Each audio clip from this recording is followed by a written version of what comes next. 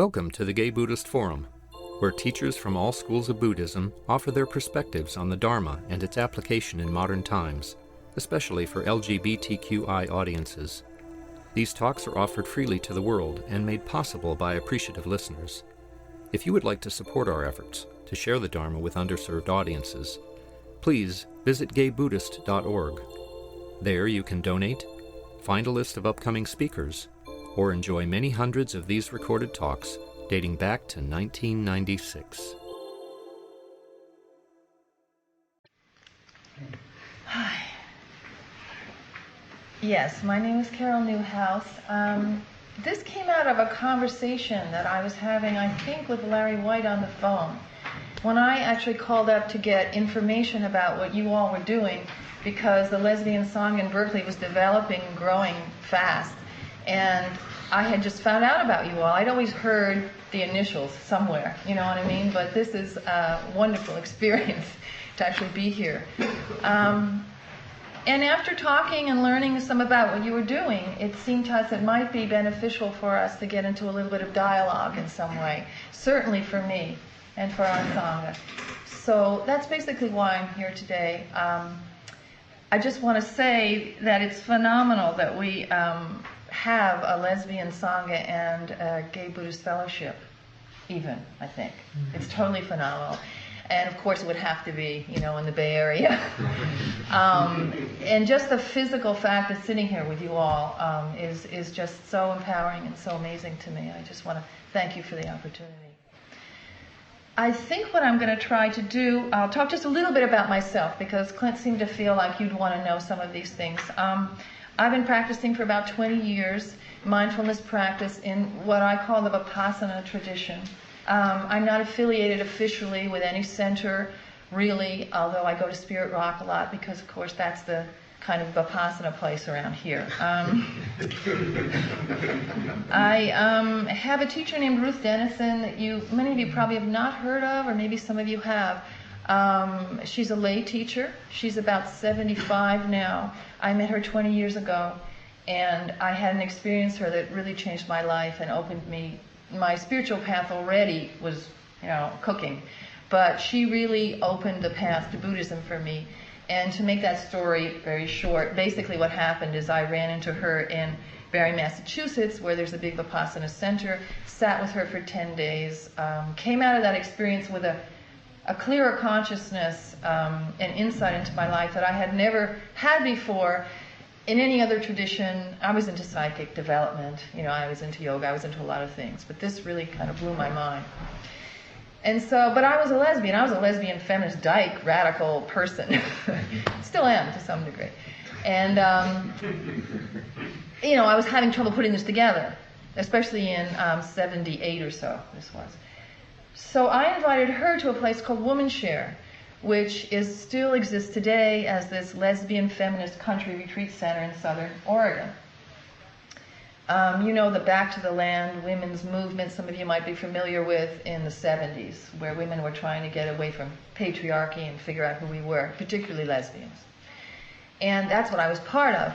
So I thought, well, if I can bring this teacher to this environment, and she can handle it and we can handle her, maybe something can happen from this for me. I wasn't quite that conscious. I kind of just invited her. Not thinking she'd come, I think. But in fact, she did. And it was an amazing 4 or 5 days. A lot happened, which I could tell you, maybe in another story. But what it did for me is it put it together. It made it okay that I was a radical lesbian feminist and could also understand the Four Noble Truths and start to do mindfulness practice and develop on this path. She really embraced us. Just to give you one example, she sat up all night reading a book she found that we had just published called Country Lesbians. And it was, one of those chapbook kind of deals, that we had done. And it was really, you can imagine, it had sex pictures in it, it was about our life, it was about why we were monogamous or not, or, building, a lot of carpentry stuff, that we were into. I think you get the picture. But she also picked up how powerful that was, for what we were doing. And she was, she's 20 years older than me, so she was my age at that time, which is so interesting when I think about it now. Anyway, she came down and she said, "Darling," she's from Germany originally. So, what do you do? I mean, what do you really do together? And she looked at me and I knew what she was asking, and that just blew my mind because I didn't, and I told her basically. And we kind of went on from there. And to this day, her retreat center in the desert, called Damadena, which is near Joshua Tree, still is a very gay-friendly place. It's now turned out to be gay, lesbian, bi, transgender friendly. And she does women's retreats twice a year, which are lesbian-dominated, basically, And she's given me the transmission in her tradition, which comes from a monk called Uba Khin, who was from the Theravadan tradition in Burma. So that's where she got her transmission. And a couple of other lesbians and other people. So that's kind of where I come from. I think the only other important thing maybe to say is that I wrote a book on women's spirituality with another lesbian close friend of mine who was part of that community actually in the 70s. About 5 years ago. It was called The Women's Guide to Spiritual Renewal. And it was a survey, really, of what was going on with women in the early 90s. All kinds of women. And where's your spirituality at? What are you doing? And the idea basically was to try to compile something original, interesting about what women were really doing and what they were learning about their spirituality. So these experiences, basically, really led me to Buddhist Sangha with women, and particularly lesbians. You can kind of see a thread, right, of women's community and spiritual community developing over the years. So I thought this morning I would talk a little bit about the history of lesbian Sangha that I know of, particularly in the East Bay, and how our Sangha developed into what it is now. And then tell you about it, what we're doing and why we're doing it. And I'm going to be reading some of this because I've already written up a couple of papers and articles on it, and it comes across kind of nicely, and so I'm going to try to share it that way. I know for many of the women in our Sangha today in the East Bay, our empowerment within religion, and particularly Buddhism, was at least partly inspired by the second wave of the women's movement, like I was saying, whether or not they were up in the hills with me or not. It's this thing about self-investigation and consciousness raising that many of us of my generation were doing in like 70, 75 in there. We were meeting in groups and asking ourselves, well, who are we? What are we doing as women, right? And many of us were lesbians. The interesting thing that seems to have emerged when I talk to the women about why they're Buddhists now, or at least practitioners, is because they feel that that's what Buddhism's about. It's about self-investigation, right? It's about finding out who you are and waking up to your full potential. And it seems a little more open than many other religious kind of situations around the fact that you're a lesbian or, you're a woman particularly. So many of us, I think, would say that. Many of us welcomed the idea of detached investigation of our experience within a religious setting. And so women in Berkeley and Oakland began to sit together informally in their homes or in small groups in the early 80s. And of course, although these was supposed to be the women's Sangha, of course, guess who was there? Lesbians. Right? Because from our experience, usually when you say women's Sangha or women's Buddhist sitting and you go consistently and you really become interested in it, it turns out to be lesbian dominated because those are the people that want to be together in this context and are less interested in being in the heterosexual Sangha. That's been at least our experience, and I'll talk some about that. So we looked around the room, like in 80, I don't know, it's about at least the mid-80s by now, and realized that we were mostly lesbians, but at that point felt like we wanted to still call it the women's Sangha.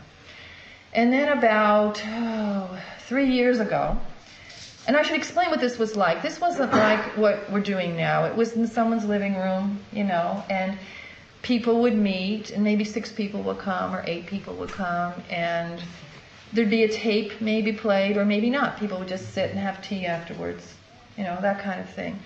And maybe they would share an article, like a reading, right? Next week we're going to read so-and-so and talk about it. Maybe they wouldn't. And it was sporadic. it kind of just depended, who was willing to kind of get the mailing list, right, and call people up or get them there. And this went on for, 10 years at least, on and off. And then I was part of it again. I'd come back to Berkeley, and it was pretty organized, but small still. I was in someone's living room. And the couple whose house it was broke up, right? And I think this is a lot, about what happens in the culture. So everyone's looking around, and the two women weren't speaking. And in my life, things were happening also. I'd come back to the area. I really wanted lesbian Sangha. And I was also thinking about being more of a teacher, guiding teacher, sort of. And I grabbed the mailing list, basically, and said, okay, give me that, before it gets lost, and I'll just start something or continue something. So that's really what happened. And I took it on with a lot of help from Annie and a couple of others. But basically, it was really my thing in a way at that point. And sent out another mailing list and structured it differently and said that I used the word teacher very lightly, but that I was organizing it, and let's start again. Picked a new living room in North Berkeley, and this one was bigger and prettier, and we ended up there 2 years at least, I would say. And those people, that couple, they were very devoted and very cooperative and very present with us, and their house was just very beautiful, and it was a very nurturing space to be. So, I'm going to leave that for now and come back to what we're actually doing now.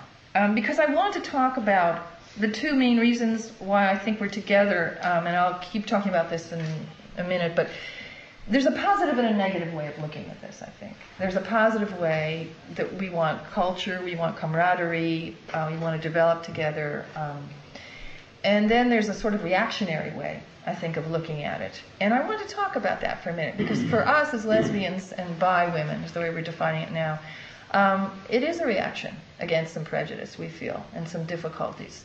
And so I wanted to raise some of that with you.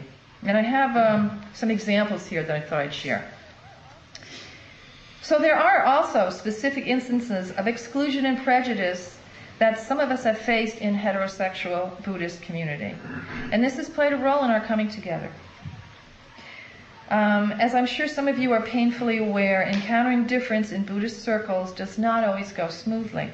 So I will take a moment to share a few examples of my own experience and the experience of lesbian sisters that points to some of the dukkha or problems or suffering in our struggle to come together with a larger community. And I'm going to begin by an excerpt from Canyon Sam's article. She's a friend of mine. Some of you may have heard of her. She's a performance artist, writer of Chinese descent, lesbian, feminist, old-time friend of mine. And she wrote an interesting article in the January issue of Shambhala's Sun this year.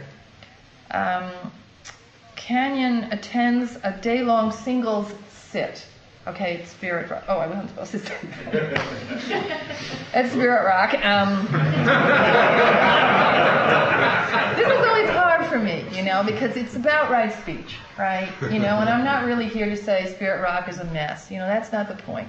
It's just the kind of look at stuff that happens. And Spirit Rock, in a way, has been quite open in other ways, too. So I find that the people that tend to invite us in tend to hear about us and have experiences with us,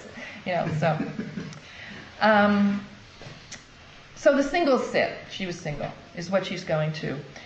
And it's a combination of meditation and talks, and she's explaining in the article there's a feeling of camaraderie going on with these people.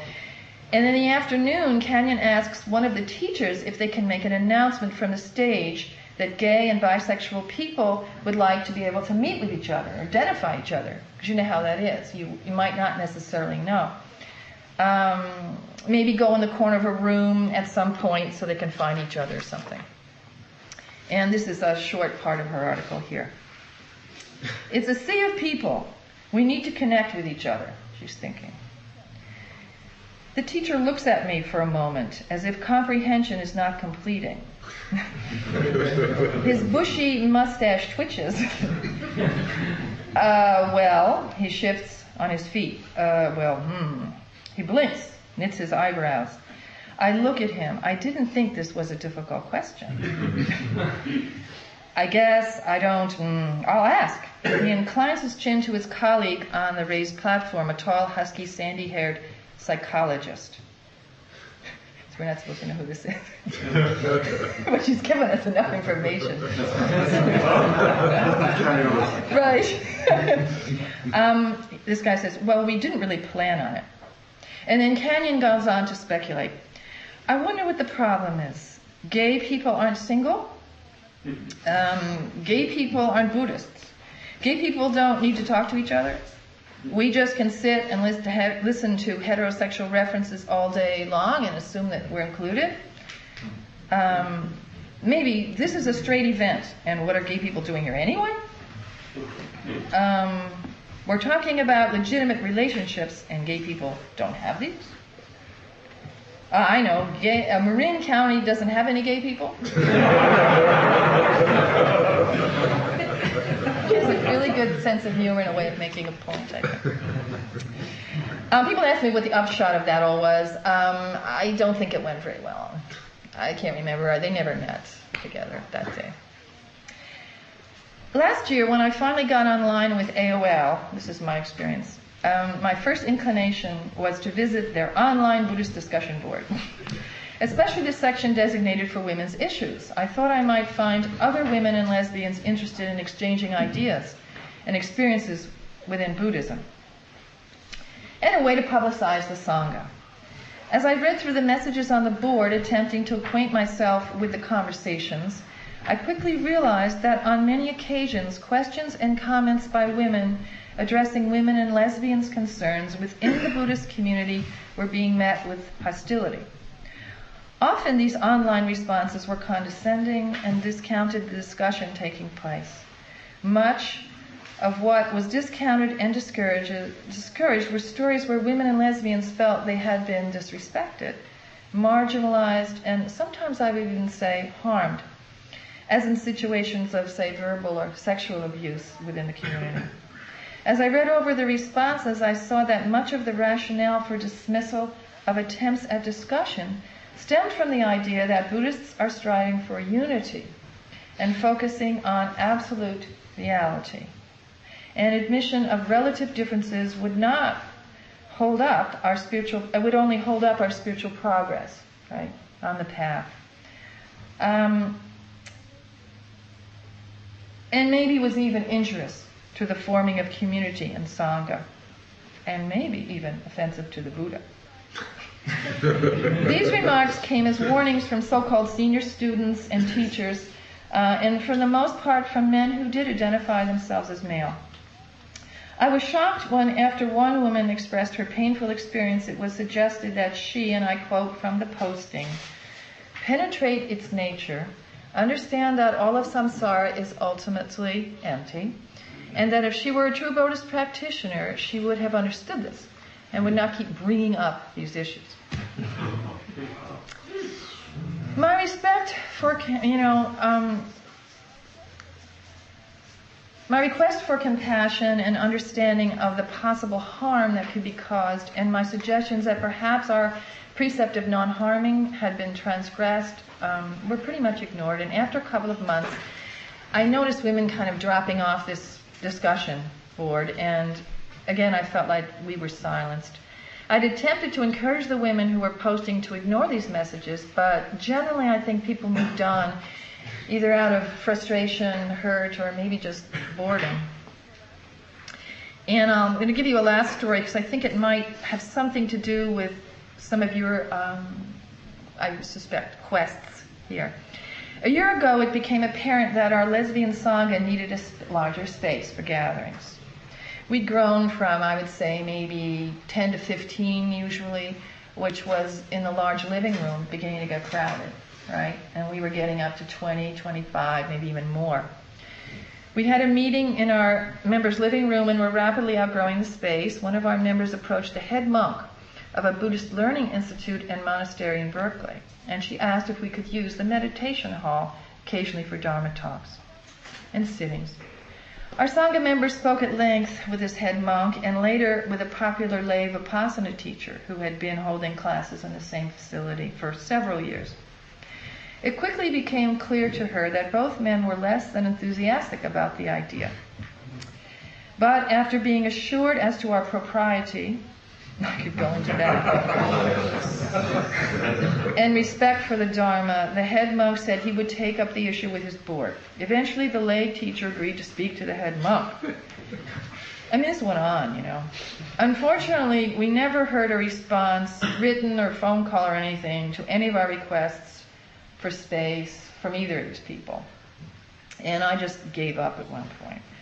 Our need to find a larger space continued, however, and at this point, as about 5 or 6 months, we've been located at the United Methodist Church in North Berkeley, who seems elated to have us there. And when we went in there to talk about the possibility, I was a little intimidated at this point, because I thought, now it's a church, you know. But we heard that they had space available. And we said, you know, this word lesbian kind of softly. This woman almost literally grabbed me. And she said, lesbian? And it actually scared me a little. I thought,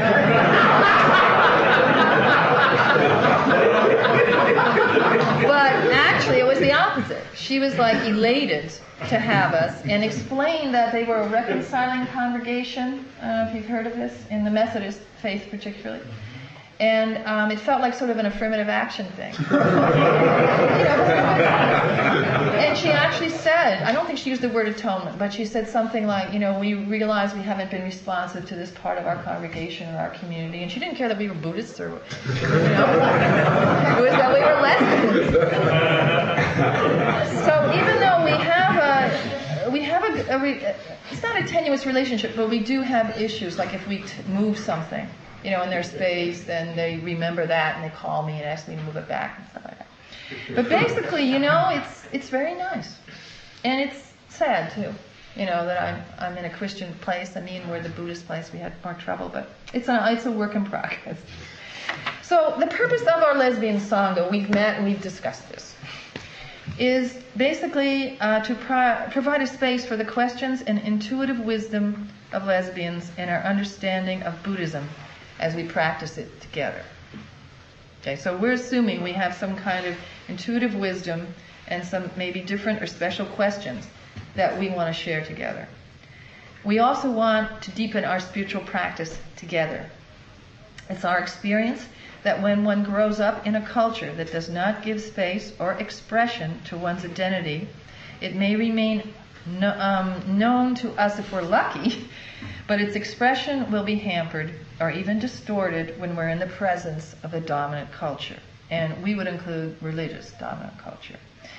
We know that the dominant expression of Buddhism and Buddhist practice is not a feminine expression, and certainly not a lesbian expression.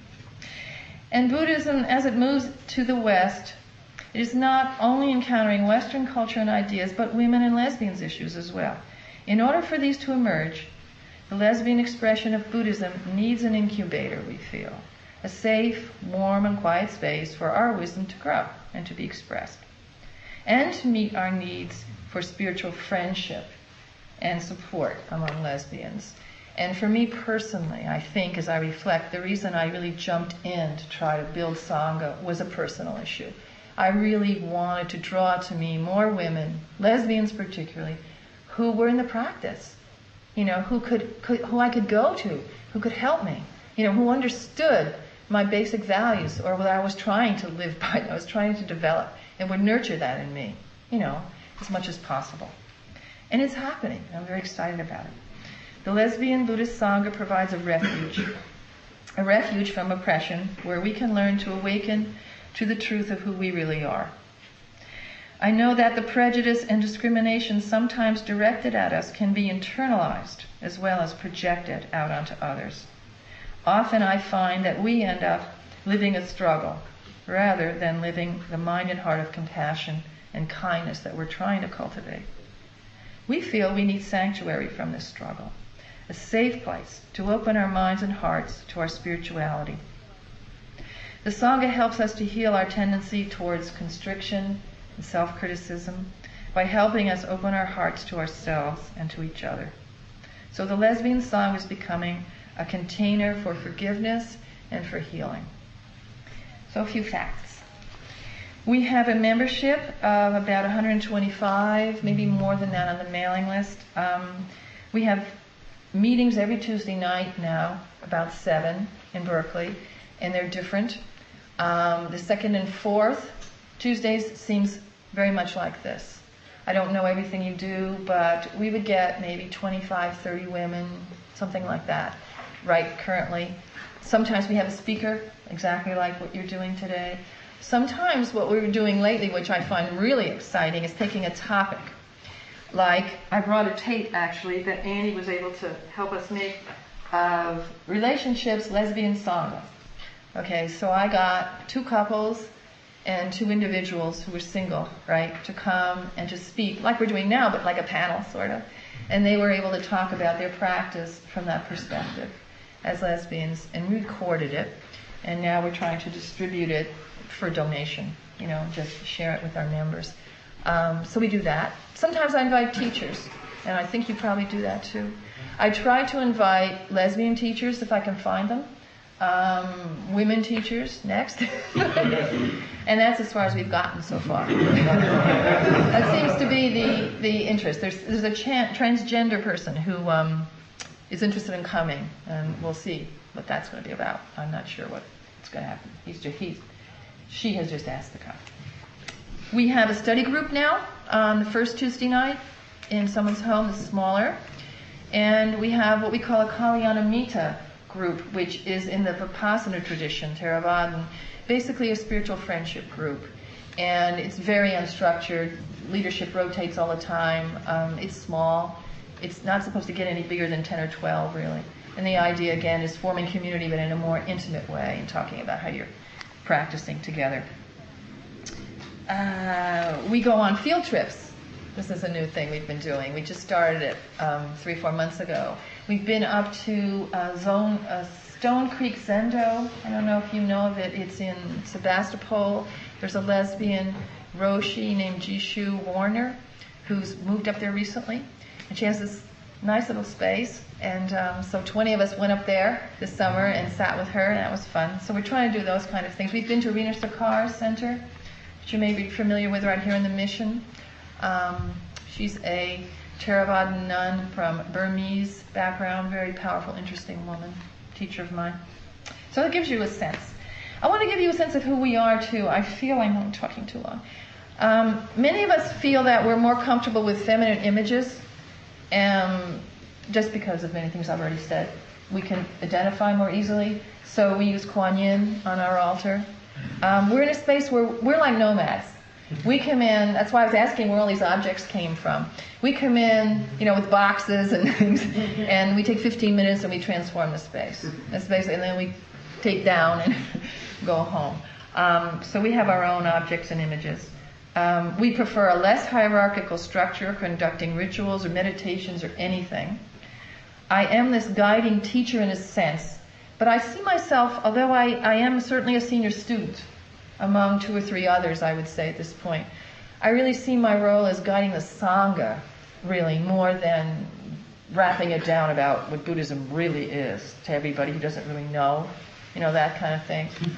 And I don't want to negate the fact that I know something, but, it's a fine line. And that role's changing. It's all evolving. We have a strong interest in how the Dharma assists with relationships, as I mentioned, when we talk about that. We tend to be inventive and questioning a lot. And many of us are working to put an end to suffering in the larger community. Many people are involved in homeless projects or different kinds of things like that. And have a connection with BPF, the Buddhist Peace Fellowship. Not everybody, but maybe a third of the people, something like that. We tend to be Vipassana and Zen practitioners if people do affiliate. Not so much Tibetan or any other type, although there's always a little bit. But we started out very Vipassana, and now there's more Zen practitioners. We just work with that. Seems okay. Can you describe your work with the homeless briefly? Who? Can you describe your work with the homeless? You know, the way we do that is we don't yet officially do it as a group. What I mean by that is there may be an individual in the group that teaches mindfulness meditation at a homeless shelter. There is. And she talks about that, and then she invites other people to maybe go with her or to learn about that. So that's, at this point, all I really know about it, because that's what she's done, and I haven't personally gone. So different people have different things, and they try to include people. That's the way it works. So I think I'm going to stop. I was going to read a nice poetic thing about Kuan Yin, but basically, it's the thrill of sitting here, and if none of you have had this experience, I would really encourage it, even if you're not going to do a whole talk, to sit here and open your eyes and to look out, you know, and to see all these gay men, which I had this morning, sitting, you know, and holding the community, which I have a lot with the lesbian community, is totally moving to me. I mean, it's hard to put into words what it does for me. So I guess that's all I'll say for now. Thank you for listening. Questions? Carol, what you said about the about kind of the rationale for having a women's group or a gay women's group was very beautiful, first of all, and also it's something that we talk about, you know, in the steering committee a lot. You know, like, should we have, you know, open it up to, you know, all these other groups, or should we keep it a safe enclave for gay men? And you know, we always end up saying, well, we should keep it a safe enclave for gay men, but I think the way you've put it is so eloquent, and that's something you could just substitute that for gay, you know, men, and that would help us to understand why it is so comfortable, you know, like this, even though we feel like, well, Buddhism, maybe we're being too exclusive or something, or excluding people. I was wondering if we could get a copy of that also, a copy of your talking The about talk your part? mission. And, yeah. Sure, certainly. I'll see that happens. Yeah, I wouldn't have any more comments except what I already said. I would support you in that. And I was talking to someone in the break briefly, and he mentioned to me that perhaps it's easier for women to be exclusive than for men. And I hadn't really thought about that.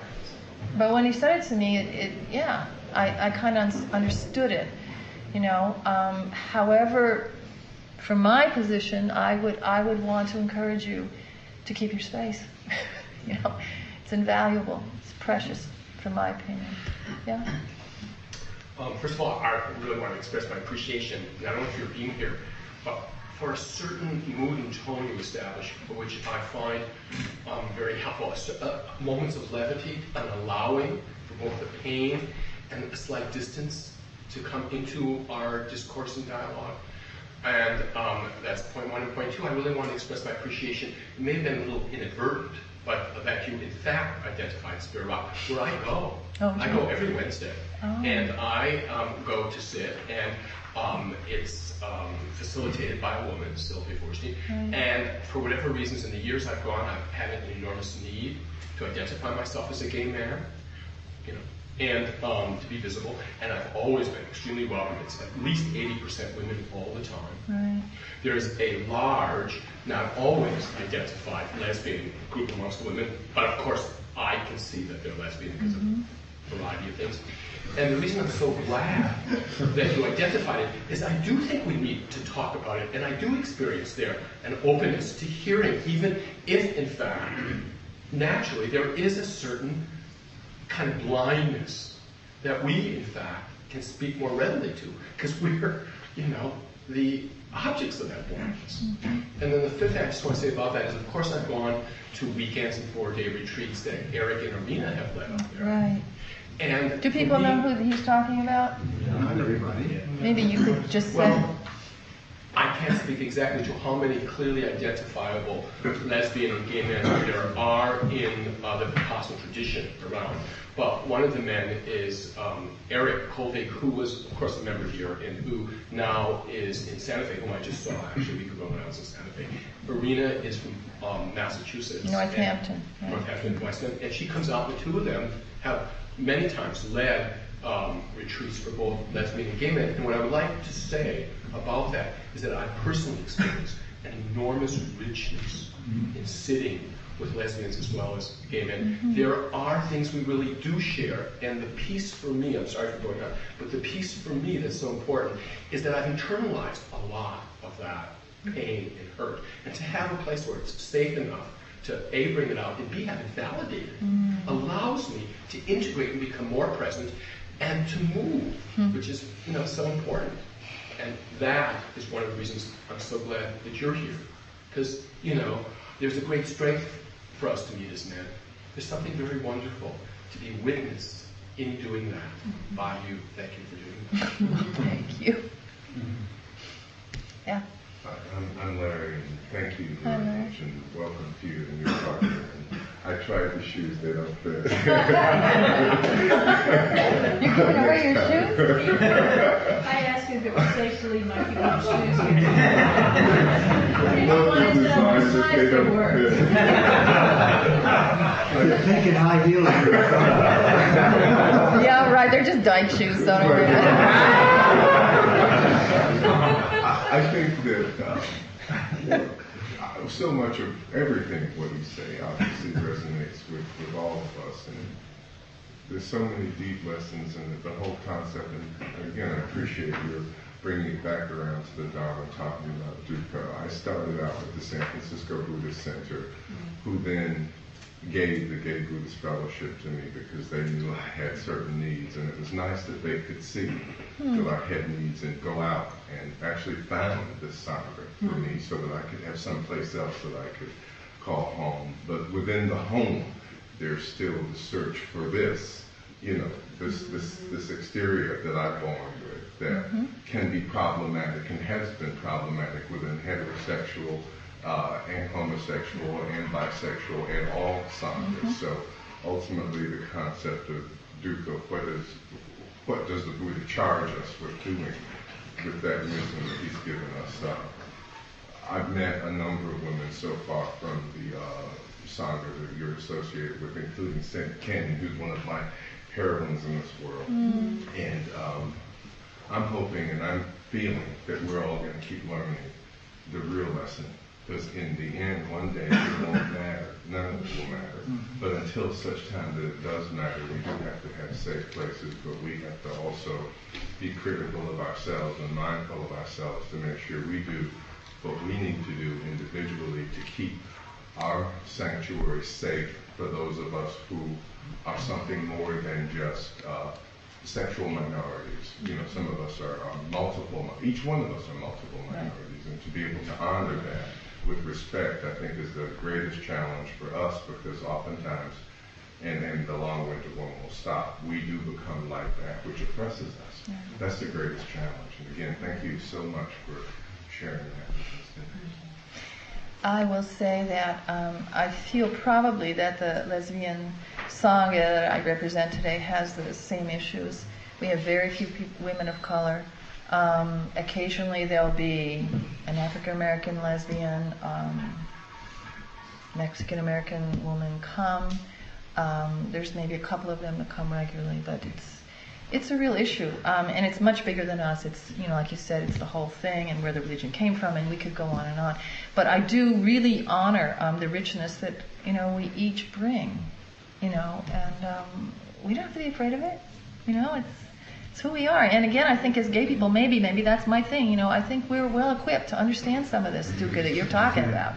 We just try to see that it just has a little bit different flavor over here, but it's the same pain, and not be afraid of it. So appreciate you for speaking about this. The Buddhist Peace Fellowship is supposedly going to be putting on a racism and Buddhism conference or something. We have two members of the Sangha okay. actually working on this. Great, because I know Rosa, and she's sort of in contact with us, and I'm hoping to be able to go to it or be part of it in some way. And I also heard that the Buddhist Peace Fellowship was thinking of putting on a gay forum as well, or lesbian, gay, bi, transgender, whatever forum somehow too. So this will be interesting if some of these things happen. Thank you. Perhaps I misunderstood you, but did you say that for speakers you look for lesbians and then secondly women? Does this mean that you exclude men as speakers? Yeah. I mean, not, oh God, I mean, not like that. I would say in a gentle way, no one's brought it up. If someone has come to us, or it hasn't been my idea, and no one else has come up and said, we'd really like Mel, what's his name from the Berkeley Zendo, to come and speak. And we really think that's important or something. And I don't, it's interesting you're mentioning it. I don't know why exactly. No one has ever said we're never going to have any men. It hasn't been like that. I think, just reflecting on it now, well, it's just not our priority. That's all. It's not exactly like, I can imagine someday it might happen. But see, I would say, you want to hear Mel? Go hear Mel. He's right over there, And that's fine, And maybe it will happen that Mel would like to be part of a representation of his group in our setting. That could be an interesting exchange. Well, I just picked him because that's one of the names that sometimes some of the people I work with. It seems it doesn't fit into the whole idea of sharing and basic philosophy of openness and loving, everything that goes with it. Just seems like here you are, as a lesbian woman, whatever. Right. And I would think that, I think of Ellen Oliver and David Holmes as two people who are very gentle as speakers and very, not anti, they're just loving. Mm-hmm. And they're so gentle in the way they approach things that they might be two people to consider for your group. Are these heterosexual people? Oh, I'm sorry, I couldn't hear you very well. Sorry. David can speak for himself, he's not here.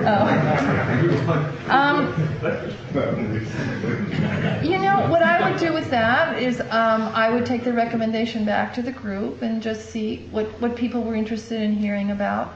I think we're on the edge of exploring something here today for our groups. And then there's a larger issue, of the whole community of Buddhism. And we just, like you probably do, thrash it out together. My strongest comment would be, we're in a developmental process together. And, what comes up, we trust. And if some large part of the organization or some people really, really want to hear somebody, I imagine they would be invited. It's like that. It just really hasn't come up is the best thing I can say about it. I just want to add to that. I don't mind you talking, but I'd like to see everybody have one chance, okay? I think, Larry. I wanted to thank you also for your talk. It was really like looking in the mirror. Oh, that's interesting for me to hear. It was wonderful. It was just, there's so much that resonated, so much of your experience that we have similar experiences about, and great to get your perspective on it, lesbian perspective on it. I just wanted to comment on what was said before. It's it's up to you to decide who you want to have as speakers, and it's really not up to us to, Oh no, but suggestions are more than it's great. Okay. I mean, it's fine. It's fine. Okay, we have just time for just a couple more questions. So, yes, go ahead. I wanted to thank you for coming too. I worked at UC Berkeley for a while in a political role with lesbians, and the lesbians had a very militant agenda that really excluded all white males and made the organization on the campus. It was very traumatic for me because I went in there kind of naively, and I realized that I came out in the hippie movement, and I thought it was all about brothers and sisters, and a large part of the mainstream gay community in the 70s excluded women, socially and politically, especially from positions of importance. So I'm very glad this is happening, because I just don't get myself from my own experience how that really happened to begin with, and it's very painful for me to observe. I mean, I understand each of us having a particular interest to develop, but in terms of the separation and in the non-spiritual world, the hostility, I thought that was really so non-productive and wounding. So I'm really glad. Really glad. It is not productive and wounding, and it happens. Mm-hmm. And personally, I don't expect it always to not be there. I like, for instance, if we got more involved with each other in some way, stuff would happen. you know. And that's okay with me. It sort of gets back to what you were talking about, because I feel in the context of the Dharma, that kind of stuff you talked about isn't going to happen anymore. You know, there's going to be a way through. You know, there's going to be something, I don't know about you all, but I can say for our group, that's where we would come back to, okay, so what is right speech? You know, what is right action? You know, what is compassion? You know, are we practicing it here or not? How can we be who we really are, deal with our feelings of resentment or whatever, and yet not really harm anybody? Is that possible? You know what I mean? And I didn't have any of that in the 70s. You know, I was just trying to protect myself and grow and thrive, and I probably hurt some people in the process, no doubt, you know, but I'd like to think that was, you know, something that we just had to go through. I just need to recognize two more people in terms of time. Alan and somebody over here, and Rolf. So we'll go Alan and then Rolf. I'm sorry, Alan, was I talking about you? We're long Okay, good. for dialogue, and we've been sort of looking around for a partner in that dialogue. Oh, I see. And the Dharma sisters seem to come and go, and never really there or not there. So we really welcome this, and I'm sure the steering committee will contact you for some interaction. But you know, I was interested in trying to, maybe we could nail down a little bit more, not here, but the difference between an affinity group, which was very positive, which I think GBF started as sort of an affinity group. It didn't really start as let's exclude lesbians. And in our dialogues over the years, it seems to come up about every 2 years. But we have this big debate of whether we should be a lesbian gay group or a gay group. I don't think we've been clear about how we need both. The fact that we need a space where we can talk about as men and about our sexuality and our relationships. We also need a space where we talk together about a lot of issues. So I think that will happen now. Thank you for listening to the Gay Buddhist Forum. If you would like to hear several new talks per month and be notified of upcoming speakers so you can participate live, please subscribe to this podcast, like us on Facebook, and join our mailing list by visiting gaybuddhist.org.